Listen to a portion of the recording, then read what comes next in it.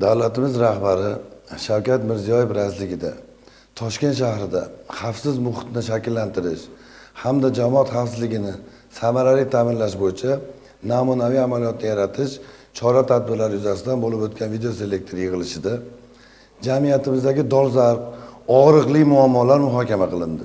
Jumladan, yengil pul topish harakatida bo'lgan jinoiy tuzilmalar faoliyati, oilaviy zo'ravonlikka duch kelganlar, bosqinchilik, kiber xavfsizlik jinoyatiga qarshi keskin chora-tadbirlar belgilandi. Har qanday jinoyatchilikning oldini olishda mahalla-ko'y, har bir fuqaro mas'ul deb o'ylayman.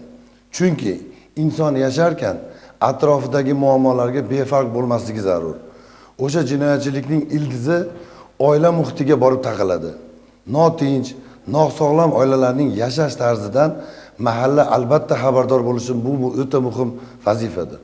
Prezidentimiz tomonidan korrupsiya, uyushgan jinoyatchilikka qarshi kurash choralari belgilanar ekan, korrupsiya mavjud davlatda kelajagi yo'q deb ta'kidlaydi.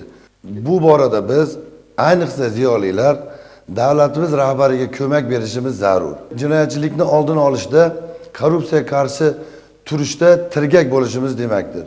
Prezidentimiz jamiyatimizni har sohasiga rivojlanish uchun o'zini juda katta hissalarni qo'shib kelmoqda.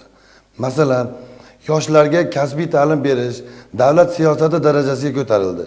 Kasbiy ta'lim qamrovining 50% ga yetkazilishi, texnikumlarda xalqaro dasturlar soni oshirilishi, o'qituvchi va o'quvchilarga sharoitlar yaratilishi, xorijda malakalar oshirilishi, stajirovkalar o'tashlari uchun juda keng sharoitlar mujassam bo'ldi. Bular hammasi 10 yil, 15 yil oldin biz uchun orzu edi. Prezidentimiz aholini tinch va osoyishta hayoti hamda mol-mulkini daxlsizligini ta'minlash doimiy e'tiborda bo'ladi deb ta'kidladi. Xalq uchun, jamiyat uchun eng kerakligi tinchlik.